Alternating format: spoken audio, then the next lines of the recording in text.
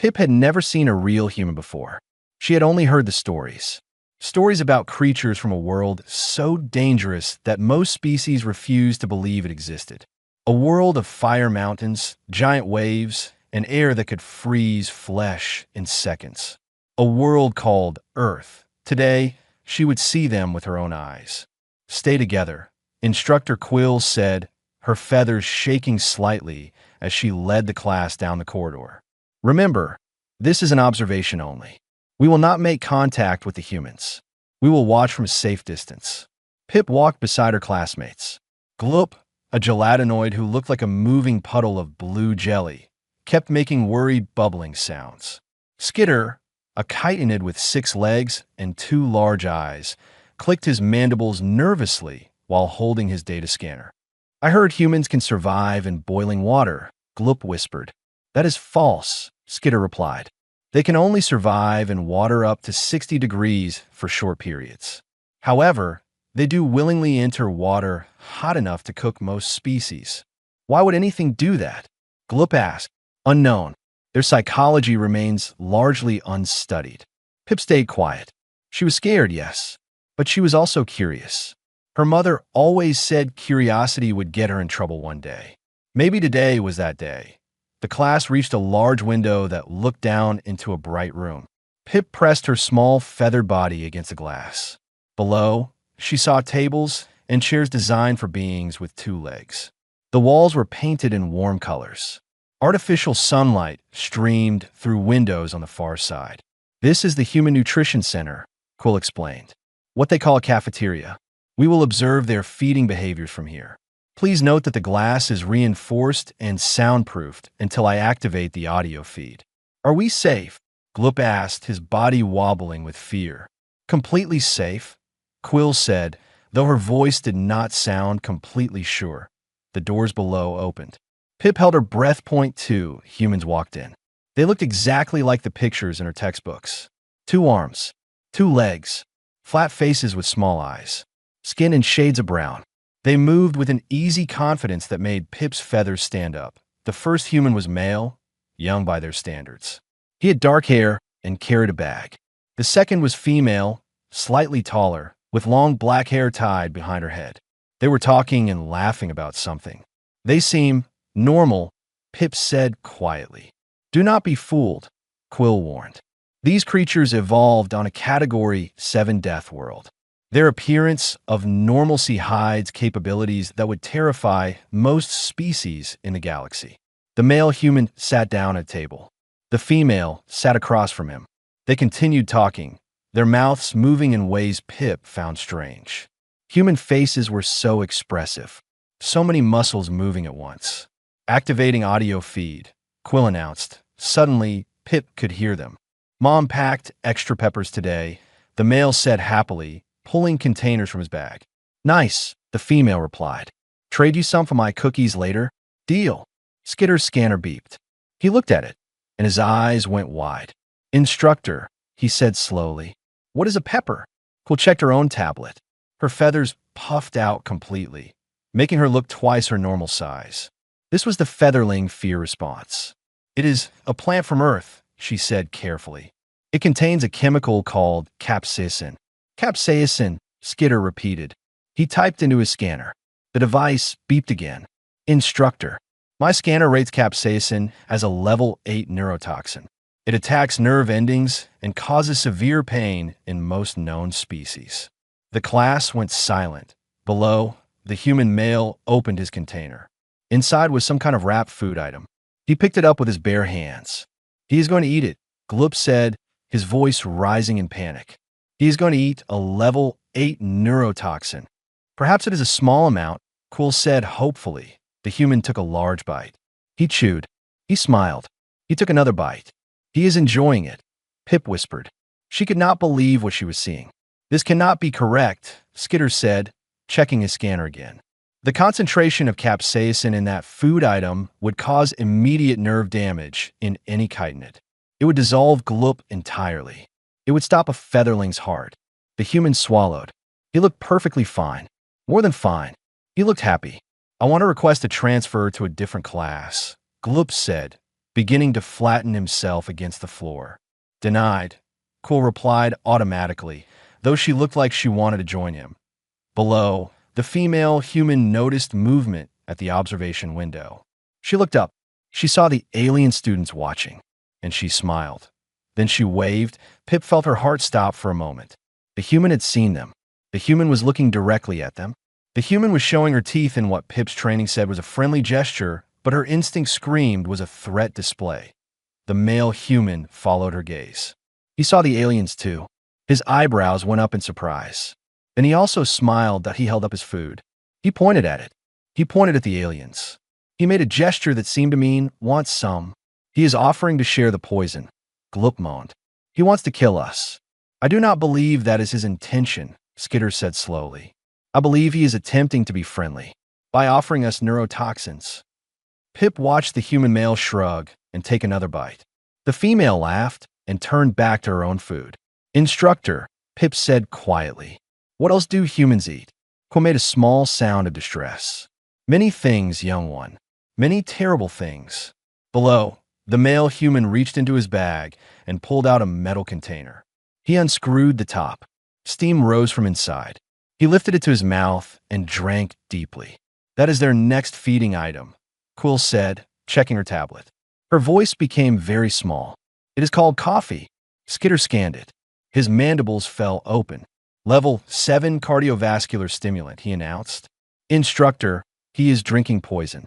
Again, Pip could not look away. The human finished drinking and sighed happily. What kind of creatures were these? The steam kept rising from the human's metal container. He drank from it like it was water, like it was nothing, like he was not putting a cardiovascular stimulant directly into his body. How is he still alive? Glup asked. His body had flattened so much against the floor that he looked like a blue carpet. I am recalibrating my scanner, Skitter announced. The readings must be wrong. They are not wrong, Instructor Quill said quietly. Humans have evolved to process chemicals that would kill most species. Caffeine is one of many such substances. One of many, Pip repeated. There are more. Quill did not answer. Her silence said everything. Below, the female human pulled out her own container. She opened it and began eating something brown and crumbly. What is that? Pip asked. Skitter aimed his scanner. It beeped. He stared at the result for a long moment. Instructor, he said, his voice strange. The female is consuming something called chocolate. Yes, Quill confirmed. My scanner rates the active compound as a level 9 toxin. The class erupted into panic. Featherlings squawked. Chitonids clicked. Glup made sounds like a boiling pot. Level 9, someone shouted. That is near the maximum. She will die. We are witnessing a death. Silence, Quill commanded. Her voice cut through the noise. The class went quiet, but fear remained on every face and every body. Below, the female human continued eating her chocolate. She broke off a piece and offered it to the male. He took it and popped it into his mouth without hesitation. They are both consuming it, Skitter observed. Neither shows signs of distress. Neither shows signs of anything except enjoyment. Pip watched the humans share their deadly food. They were smiling, laughing. The male said something that made the female throw her head back in amusement. They look like friends, Pip said. They are predators, Glup countered from his position on the floor. Predators often hunt in packs. They are not hunting anything, Pip pointed out. They are eating lunch. A lunch of poison. The door below opened again. A new human entered. This one was older, with gray in his hair and lines on his face. He wore different clothing than the young ones. He walked with a straight back and steady steps. That is Mr. Patterson, Quill said, checking her information. He is a human educator, former military medical specialist. Military, Skitter repeated. Humans have militaries. They fight wars. All species have conflicts, Quill replied carefully. Not like humans. I have read the reports. Humans have been fighting wars since before they developed space travel. They fight with weapons, with chemicals, with fire. They fight in groups of millions. Pip felt a chill. She knew humans were dangerous. But hearing Skitter say it made it feel more real Below, Mr. Patterson noticed the observation window. Unlike the young humans, he did not seem surprised. He said something to the two students. They looked up. The male human pointed at Pip's class and made a questioning gesture. Mr. Patterson nodded. He started walking toward the exit below. Where is he going? Glup asked nervously. I believe, Quill said slowly, he is coming up here. What? Everyone remained calm. He is a military human. He is coming to attack us. He is an educator, Quill corrected. He teaches young humans. He has passed all safety checks. He will not harm you. You cannot know that. A knock came from the door behind them. The entire class jumped. Glup made a sound like water going down a drain. May I come in? A voice called. It was deeper than the young humans' voices. It sounded calm, friendly, even. Quill took a breath. Her feathers settled slightly. You may enter, she said. The door opened. Mr. Patterson stepped inside. He was taller than Pip had expected. Broader too. His eyes moved across the class, looking at each alien student. Then he smiled. Good afternoon, he said. I noticed you watching us eat. I thought I might come up and say hello. My name is Patterson. No one responded. They were too scared. I promise I do not bite, Patterson added. Well, not usually. That was a joke. Human humor. We make jokes about uncomfortable topics. We know what jokes are, Quill said stiffly. Of course. My apologies. Patterson looked around the room again. I imagine you have questions about what you saw down there. You were eating poison, Glup blurted out. Multiple kinds of poison. Patterson looked at the blue blob on the floor. He did not seem bothered by Glup's appearance or his accusation. I suppose we were, he agreed. From your perspective, anyway. Would you like me to explain? Yes, Pip said, before she could stop herself. Everyone turned to look at her. Quill's feathers puffed slightly. Young one, perhaps we should. I want to know, Pip said. Her heart was beating fast, but her curiosity was stronger than her fear. I want to understand how you survive eating those things. Patterson's smile widened. It was still a strange expression of Pip, all those teeth showing. But somehow, it did not seem threatening anymore. Then let me tell you a story, he said.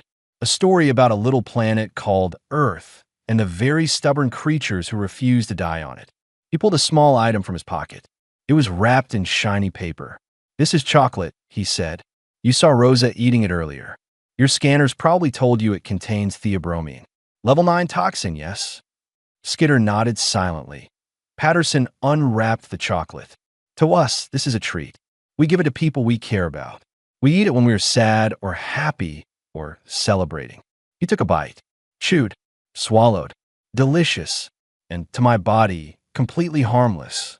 How? Pip asked. Evolution, Patterson replied. Earth is not a kind planet. Our plants develop toxins to stop animals from eating them. So animals evolved to handle those toxins. Millions of years of this battle, back and forth. By the time humans came along, we could eat almost anything.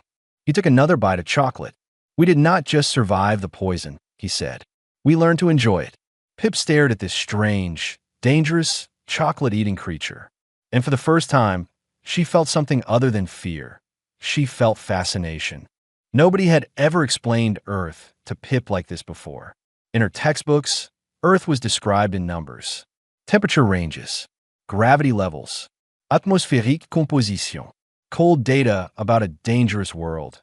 But Mr. Patterson told it like an adventure story. Picture a planet, he said, walking slowly among the alien students. They parted before him like water around a rock. A planet where everything is trying to kill everything else. The plants do not want to be eaten, so they make poison. The animals need to eat, so they learn to handle the poison. This war has been going on for billions of years. That sounds horrible, Glup said from his spot on the floor. It sounds normal to us, Patterson replied with a small smile. We grew up there. We did not know anything else. Skitter raised one of his legs.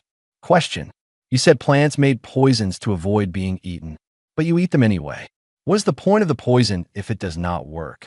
Excellent question. The poison does work on most creatures, just not on us. We are the exception. Patterson pulled out his communicator and showed them an image. It was a small red fruit. This is a pepper. The chemical inside, capsaicin, causes terrible pain in most mammals. It makes their mouths burn, their eyes water, their stomachs cramp. But not humans. Oh, it does cause pain. We feel the burn. But here's the strange part. Patterson's smile grew wider. We like it. The class stared at him in silence. You enjoy pain? Quill asked carefully. We enjoy this particular kind of pain, yes. When we eat capsaicin, our brains release chemicals that make us feel good. Endorphins, we call them. So we feel the burn, and then we feel happy. Many humans compete to eat the hottest peppers possible. Compete, Pip repeated. You have competitions? For eating poison. We have competitions for everything. But yes, pepper eating contests are very popular. The winners cry and sweat, and sometimes need medical attention. Then they celebrate. That is insane, Glup declared. Perhaps, Patterson agreed. Or perhaps we're simply different from you. He continued his slow walk around the classroom. The alien students had stopped pressing against the walls. Some were even leaning forward, curious despite their fear. Let me tell you about fermentation, Patterson said. This is when we take food and let it rot in controlled ways. You eat rotted food? Skitter sounded genuinely disturbed. We do. Some of our most beloved foods are technically rotted. Cheese is rotted milk. Wine is rotted fruit juice. Soy sauce is rotted beans. We discovered that controlled rotting creates wonderful flavors. I'm going to be sick, Glup announced. His body wobbled dangerously. Please do not, Quill said. Patterson seemed amused by their reactions. There is also pickling. This is when we put food in acid to preserve it. Vinegar, usually. The acid kills harmful bacteria but creates a sour taste that we enjoy. Acid, Skitter said flatly. You eat acid regularly. Citrus fruits contain acid too. Lemons, oranges, grapefruits. Delicious. Pip thought about this. Humans ate poison for pleasure. They ate rotted food on purpose. They ate acid like it was nothing. What about the coffee? She asked. Why do you drink that? Patterson's eyes lit up. Coffee, a favorite topic. Caffeine is a stimulant. It affects our heart rate and our brain. It makes us more alert, more focused. Many humans cannot function in the morning without it. It is a drug, Skitter said. I suppose it is by your definition. We also consume alcohol, which has the opposite effect. It slows our thinking and relaxes our muscles. You have a poison that makes you alert and a poison that makes you slow. Quill looked confused. Why would you need both? Because sometimes we need to be awake, and sometimes we need to relax. We use chemicals to control our own body states. It is very normal for us. The door below opened. The two young humans from earlier, Danny and Rosa, walked in. They looked up at the observation deck and waved. Would you like to meet them? Patterson asked. They are very friendly. The alien students exchanged nervous looks. They will not hurt you, Patterson promised. Humans are actually quite gentle with creatures smaller than themselves. It is an instinct we have. When we see something small and vulnerable, we want to protect it. We are not small, Glup protested. Compared to us, you are small. No offense intended. Pip made a decision. She stepped forward. I would like to meet them, she said. Beep. No, Gilgornd. I want to learn, Pip insisted. I cannot learn from behind glass. Patterson nodded with approval. Bravery. I like that. The cafeteria is safe, I promise. We can all go down together. Quill's feathers puffed and settled several times as she thought. Finally, she sighed. Very well, but everyone stays close to me, and no touching anything the humans offer you. That seems wise, Patterson agreed. At least until we test what foods are safe for your species. They walked down together. Patterson opened the cafeteria door and held it for them. Pip entered first. The room smelled strange, warm and rich and slightly sharp. Danny and Rosa stood up from their table. They were smiling. Hey, Danny said. Welcome to the human section. I am Danny. I am Rosa, the female added. Are you the xenobiology class? We heard you were studying us today. We were observing your feeding habits, Skitter said formally. We found them extremely disturbing. Rosa laughed. It was a warm sound, not mean at all. Yeah, we get that a lot, she said. Want to sit down? We can answer questions. Pip looked at the table. There were still containers of food there. Dangerous food. Deadly food. She took a deep breath and walked forward. Yes, she said. I have many questions. Danny grinned and pulled out a chair for her. Then you came to the right place, he said. We humans love talking about food. Sitting at a human table felt like standing at the edge of a cliff. Exciting and terrifying at the same time. Pip had taken the seat Danny offered. Her classmates spread out around other tables nearby, still keeping their distance but watching with wide eyes. Gloop had finally reformed into his normal shape instead of flat puddle. Skitter had his scanner out, recording everything. So, Danny said, leaning back in his chair. What do you want to know? Pip looked at the food containers on the table. Everything. How can you eat those things? These things are pretty normal for us, Rosa said. She pointed at each container. Sandwich with peppers. Coffee. Chocolate cookies. Water with lemon. Nothing special. For different toxic substances, Skitter announced from the next table. Level 8, Level 7, Level 9, and Level 6. Danny looked impressed. You can scan food toxicity levels? That is actually really cool. It is survival equipment, Skitter replied. Essential for any species traveling through the galaxy. We do not have those on Earth. We just eat whatever tastes good. Danny shrugged. Sometimes it makes us sick, but usually we are fine. Sometimes it makes you sick and you eat it anyway. Gloop asked from the floor where he had settled again. Sure, there's a fish called fugu that can kill humans if prepared wrong. People pay a lot of money to eat it. They pay money to risk death. It tastes really good, apparently. Pip shook her head. The more she learned about humans, the less they made sense. Rosa seemed to notice her confusion. Let me try to explain it differently, she said. For us, food is not just about nutrition. It is about experience. It is about culture. It is about connection. Connection, Pip repeated. Yes, when humans share food together, it builds trust. It is how we make friends, how we celebrate, how we show love. Rosa smiled softly. My grandmother used to say that you can trust someone who feeds you, because feeding someone means you care if they live or die. That hit differently. Pip thought about all the meals she had shared with her own family. The warmth of eating together. Maybe humans were not so different after all.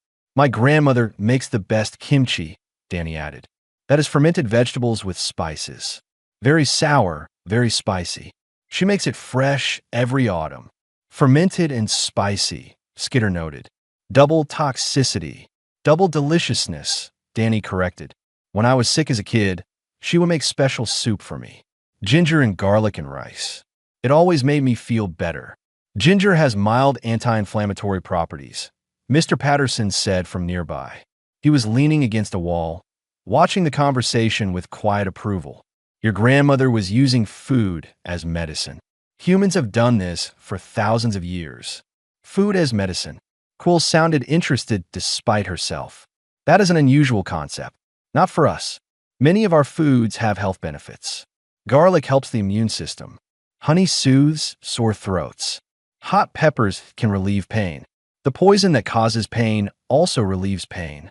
Gloop sounded completely lost. In small amounts, yes. We call it fighting fire with fire. Pip was starting to understand something.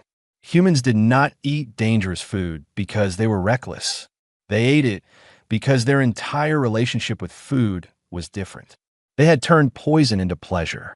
They had turned danger into culture. Can we try something? Rosa asked suddenly. Everyone tensed. Nothing dangerous, she added quickly. I'm thinking about what foods might be safe for you. We have things that are very mild. Almost no chemicals at all. She went to a machine on the wall and pressed some buttons. A package dropped down. She brought it back to the table and opened it. Inside were small, pale squares. These are crackers, Rosa explained. Just ground grain and a tiny bit of salt. The blandest food humans eat. We give them to people who are sick because they are so gentle. Salt is still a concern, Skitter said. Sodium can be harmful in large doses. There is very little salt in these. Maybe 2%. Pip looked at the crackers. They did not look dangerous. They looked almost boring. I want to try one, she said. The room went silent. Even Patterson stood up straighter. Pip, Quill said warningly. We do not know if it is safe. Rosa said it is their mildest food.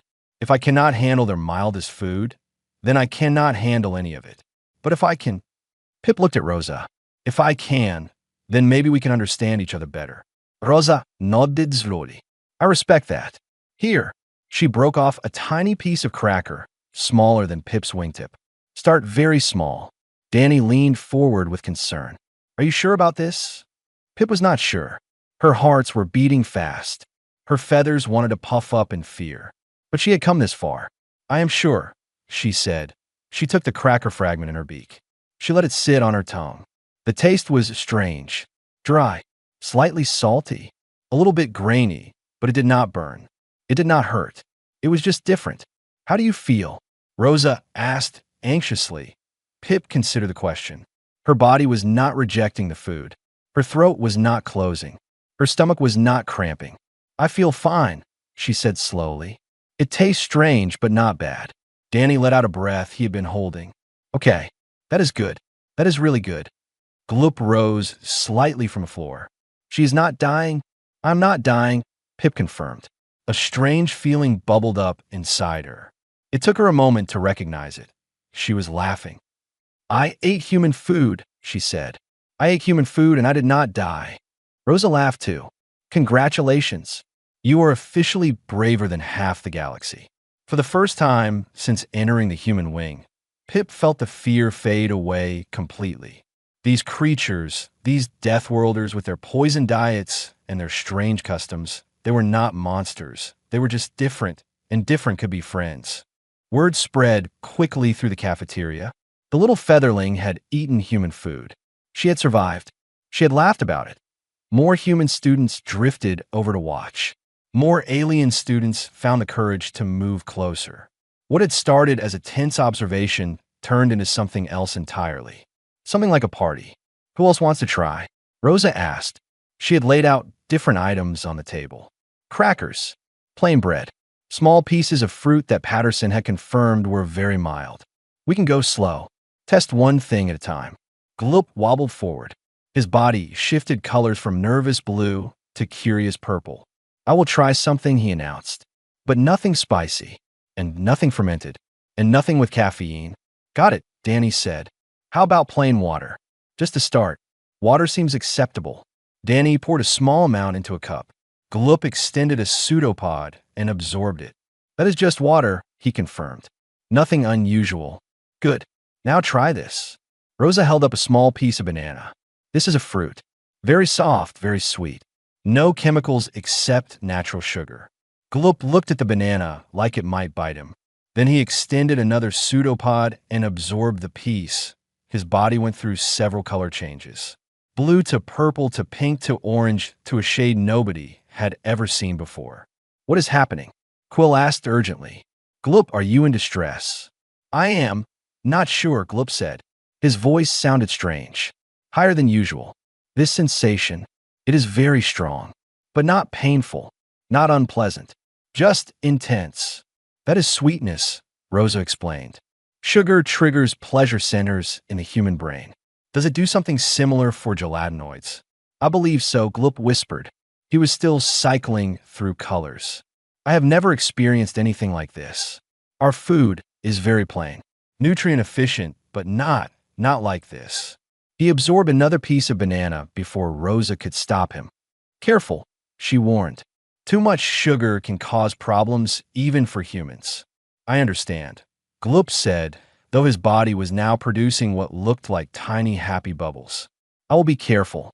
After I have more. Danny was grinning. I think Gloop likes human food. Do not tell anyone, Gloop said seriously. My family would be horrified. Skitter stepped forward next. His logical mind would not let him stay back while others experimented. I will test something, he said.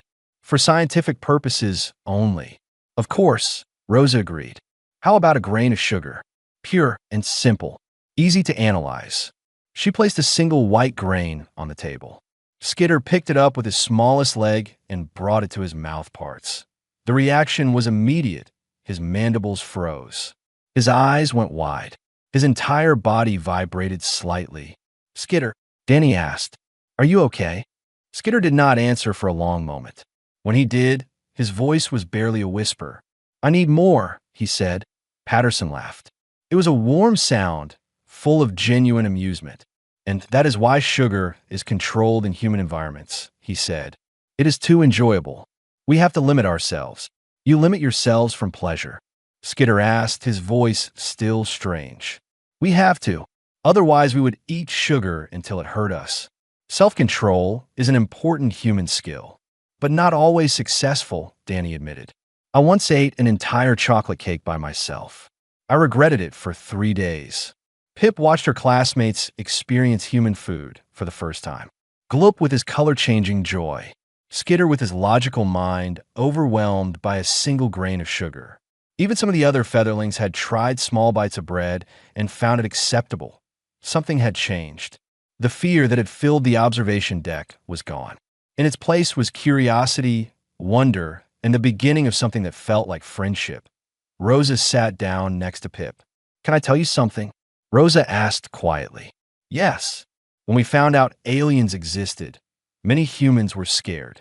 We thought you might see us as monsters, as Deathworlders who could never fit in with the galaxy. Pip tilted her head. You were scared of us, of what you might think of us. Yes, Rosa smiled. But then we met actual aliens, and you were scared of us. And somehow that made us less scared of each other. Pip considered this.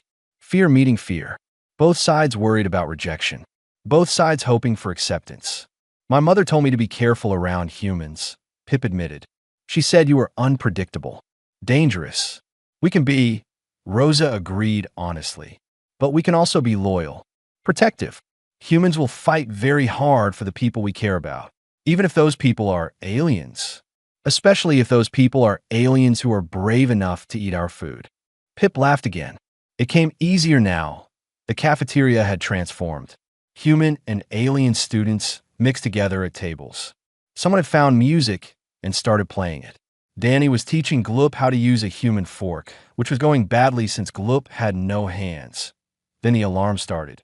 Red lights flashed. A loud siren cut through the noise. Everyone stopped moving. Warning, an automated voice announced. Chemical leak detected in Section 7. Chlorine gas detected. All non-human personnel must evacuate immediately. Repeat, chlorine gas leak. This is not a drill. Patterson was already moving. His casual demeanor vanished, replaced by something sharper. Something dangerous. All aliens get behind me, he ordered. His voice had changed too. Commanding. Absolute. Chlorine is lethal to most species, Skitter said, his scanner already beeping warnings. At the concentrations being reported, exposure would cause death within minutes. Pip felt fear return. Real fear this time. Not the uncertain nervousness of meeting strangers, but the cold terror of genuine danger. Follow me, Patterson said. Danny, Rosa, help guide them. We need to get to the safe zone. What about you? Pip asked. Patterson looked at her. There was something in his eyes she had not seen before. Determination. Purpose. Chlorine is dangerous to us too, he said. But we can survive brief exposure, which means we can help others who cannot. He started moving. The alien students followed without question. The Deathworlder was going to protect them. The corridors were chaos. Species of all kinds ran toward the evacuation points. Some flew, some slithered, some rolled. Fear filled the air like something solid. Pip ran with her class, staying close to Danny and Rosa. Mr. Patterson led the way, his long legs carrying him faster than anyone else. But he kept slowing down, making sure no one fell behind. This way, he called out, keep moving. Do not stop. The smell hit them first. Sharp. Chemical. Wrong. Chlorine traces detected, Skitter announced. His voice was tight with fear. We are moving toward the contamination, not away from it. The safe zone is past the leak point, Patterson explained. It is sealed, airtight. The only way there goes near the affected area. Can we not go around? Not fast enough. Trust me. Pip trusted him. She did not know why, but she did. They reached a junction. One corridor went left towards safety. Another went right towards Section 7. Yellow warning lights flashed along the right corridor. Patterson stopped. Everyone wait here, he said. What are you doing? Quill asked. My scanner shows life signs in Section 7. Patterson replied. 3 featherlings. Young ones. They did not evacuate in time. Pip's heart clenched. 3 of her people were trapped in the poison gas. You cannot go in there, Quill protested. The chlorine will kill you too. Not immediately. Humans can handle brief exposure.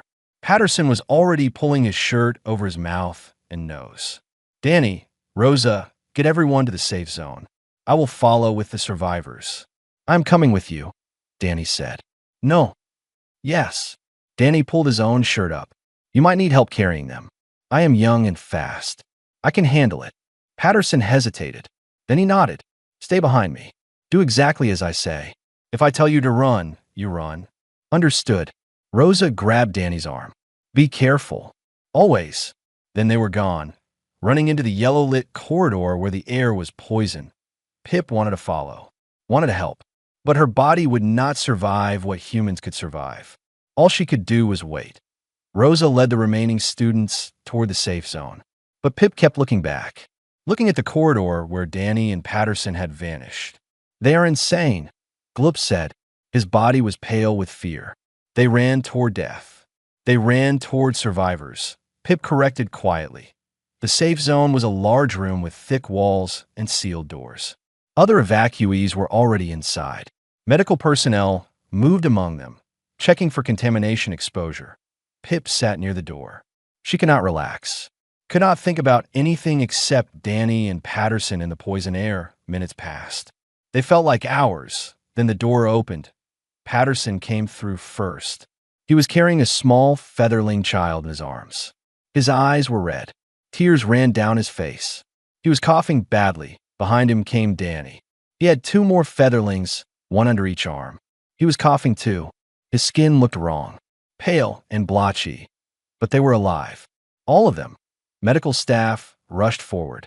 They took the featherling children and began treatment. Other staff surrounded Patterson and Danny, fitting them with breathing masks and running scans. Pip ran to Danny. He saw her coming and managed a weak smile. Hey, he said, his voice rough. Made it. You saved them. Pip said. You walked into poison to save them. Could not just leave them there. Danny coughed again. Smelled like a swimming pool. Honestly, we have pools full of chlorine back home. You swim in chlorine. Yeah, keeps the water clean. He laughed, then winced. Okay, laughing hurts right now.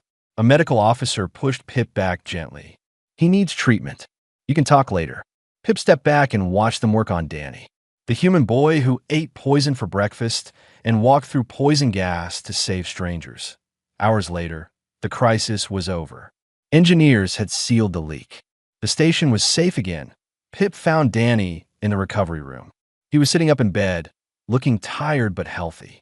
Patterson was in the next bed, asleep. How do you feel? Pip asked.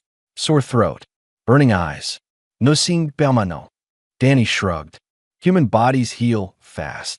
Pip had brought something. She held it out nervously. Rosa showed me how to use the machine, she said. I wanted to bring you something. As thanks. Danny looked at the item in her wing. His eyes widened.